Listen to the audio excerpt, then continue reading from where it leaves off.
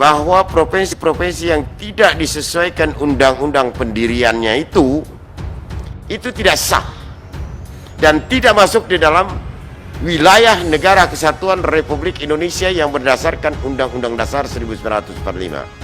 Negara ini dibentuk kan ada beberapa syarat. Syarat pertama ada wilayah, ada penduduk, ada pengakuan, ada undang-undang. Nah, kalau bapak-bapak mau mendaftarkan di United Nations, minta merdeka, diadukan ke Mahkamah Internasional, Indonesia tewas, Pak. Nah, kalau kita nakal, Pak, saya ini nakal, Kalimantan Barat, Kalimantan Timur, Kalimantan Selatan, saya daftarkan di PBB sana. Nah, kami mau jadi negara, kami bukan negara Indonesia, ini buktinya. Tewas, Pak. Jadi selama ini kita masuk di wilayah NKRI itu tidak sah. Mengenai kepegawaian juga perlu dibahas. Jangan kepegawaian ini semua dipegang pusat, mentang-mentang dia nyodorkan DAU, pembayaran gaji, lalu daerah itu ditekan. Ini kan salah satu penekanan pada daerah. Mana yang dinamakan otonomi? Coba Bapak renungkan, cermati. Tidak ada bangganya lagi jadi gubernur, jadi bupati itu. Kita jadi TO terus. Itu rahasia. Terima kasih sudah klik video ini. Jangan lupa tekan tombol subscribe untuk bergabung. Dalam hitungan saya persilahkan kalian untuk tekan tombol subscribe. 10, 3, 2, 1. Saya ucapkan selamat bergabung dalam channel ini. Kita berterima kasih dan bersyukur pada Tuhan Yang Maha Kuasa, karena kita ini masih diberikan kesehatan jasmani dan rohani yang baik. Tuhan itu baik. Banyak orang yang mati kena COVID-19, kita selamat. Pertama-tama saya mengucapkan terima kasih atas kehadiran Bapak di Komisi 2 ini. Saya perlu sedikit cerita. Kenapa undang-undang pembentukan pemerintah daerah ini harus diperbaiki? Pertama, saya 10 tahun jadi gubernur, 12 tahun jadi camat, 2 periode jadi bupati. Provinsi kami itu saya tidak ngeh, Pak. Ternyata dasar hukum pembentukan daerah otonom itu berdasarkan undang-undang dasar sementara RIS. Nah, ini tidak disesuaikan ketika dekret Presiden Soekarno 1 Juli kembali kepada Undang-Undang Dasar 45. Nah, di dalam konsideran itu tidak tercantum.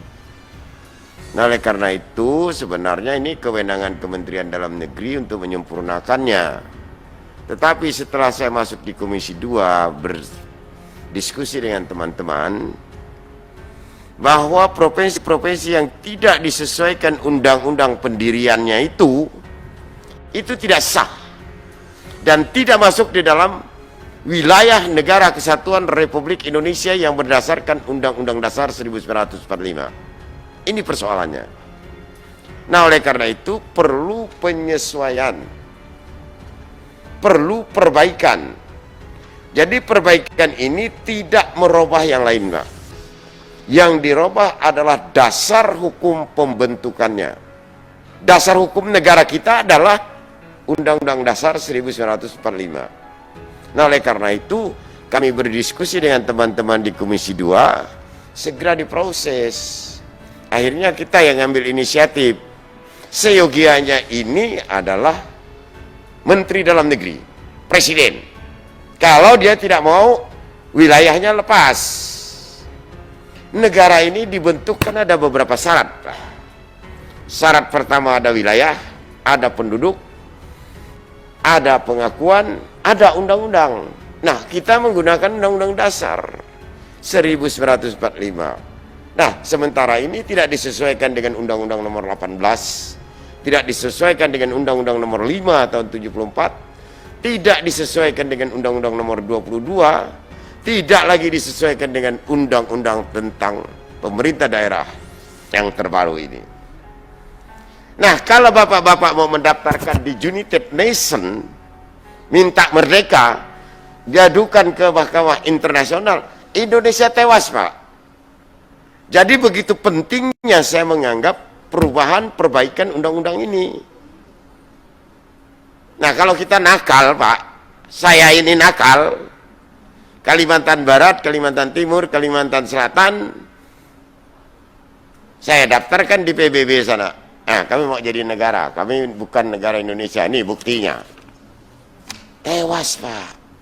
Nah, oleh karena itu kami teman-teman di Komisi 2 minta dipercepat. Tuh, latar belakangnya, Pak. Jadi selama ini kita masuk di wilayah NKRI itu tidak sah.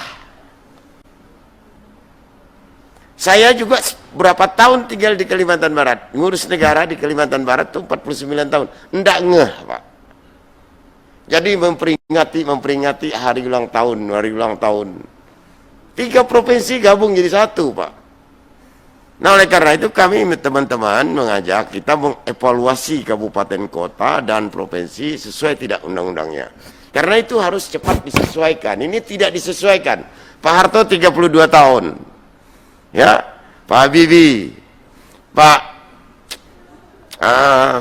Gus Dur, Pak SBY, Pak Jokowi, tidak ada yang enggak. Cuma kita ini orang Indonesia, penduduk Indonesia, warga negara Indonesia yang sangat setia kepada NKRI. Baru hari ini kita bahas. Sependapat tidak Bapak Ibu? Nah, selanjutnya mengenai batas. Batas wilayah ini, Pak, ada timnya, Pak. Dan itu menyangkut kewenangan Kemendagri bekerja sama dengan gubernur, bupati, wali kota. Dan timnya ini yang lintas sektoral.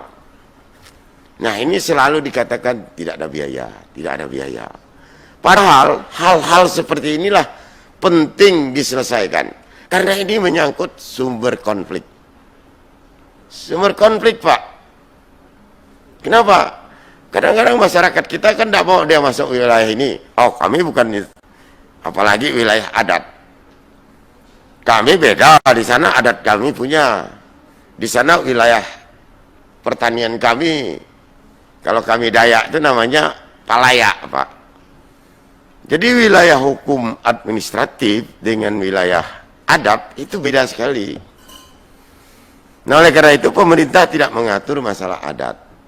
Adat itu dipakai silakan sepanjang masyarakat memerlukan dan pemerintah tidak intervensi dan tidak bertentangan dengan nilai-nilai kebangsaan, tidak bertentangan dengan undang-undang.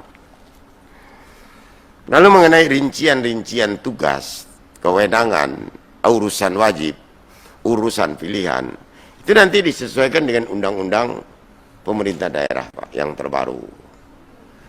Nah, lalu mengenai batas wilayah, itu biasanya dikompromikan dengan tokoh masyarakat, diajak bicara di lapangan. Nah, cuma pembiayaan ini, Pak, yang menjadi persoalan. Itu harus dibicarakan clear dengan Kementerian Dalam Negeri. Saya omong ini, Pak, karena pengalaman saya ngurus beda batas ini, Pak. Masalah batas ini, kabupaten dengan kabupaten aja bisa berbunuh, Pak. Apalagi di situ ada tambang. Di situ ada kayu. Nah, berebut, Pak. Kepala desa dengan kepala desa aja bisa berantem, berserang-serang. Nah, selanjutnya mengenai kepegawaian juga perlu dibahas. Jangan kepegawaian ini semua dipegang pusat, mentang-mentang dia nyodorkan DAU, pembayaran gaji, lalu daerah itu ditekan. Ini kan salah satu penekanan pada daerah. Mana yang dinamakan otonomi? Tidak ada lagi. Coba Bapak renungkan, cermati. Tidak ada bangganya lagi jadi gubernur, jadi bupati itu.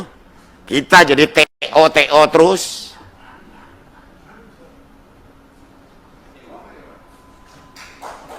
Itu rahasia. Jadi kita udah benar pun masih dikali-kali dicari-cari, Pak. Nah, oleh karena itu perlu komunikasi baik dengan Forkopimda.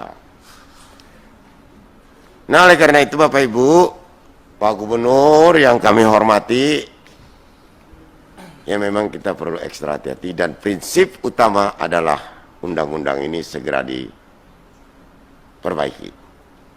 Itu intinya. Mengenai batas wilayah, nanti ini kan merupakan lampiran daripada peta. Nanti di sini ada lampirannya, Pak. Jadi peta batas wilayah itu adalah lampiran. Tapi lampiran itu tidak terputus dari bagian daripada undang-undang itu. Ini dulu intinya kita sempurnakan. Penjabaran lebih lanjut nanti dibicarakan dengan Kementerian Dalam Negeri. Karena Kementerian Dalam Negeri paling bertanggung jawab soal ini. Karena dia bertindak untuk dan atas nama Presiden. Kalau perlu tekan dikit itu, Dirjen Otonomi Daerah. Nggak usah takut.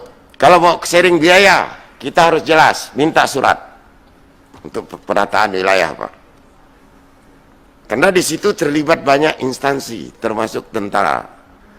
Nah, ini pendapat saya, Pak. Mudah-mudahan ada manfaatnya. Saya tidak bertanya, tapi tolong kita pikirkan bersama. Mudah-mudahan ini bisa cepat selesai, dan ini mengangkat harkat martabat kami juga di Komisi 2, bahwa kami di Komisi 2 DPR RI ini bukan juga orang bodoh-bodoh yang bisa bodoh yang bisa didekte-dekte sama owner, sama pemerintah. Tapi kita juga punya pemikiran yang brilian untuk menyelamatkan NKRI, untuk menyelamatkan para gubernur, bupati, dan wali kota. Sekian, terima kasih.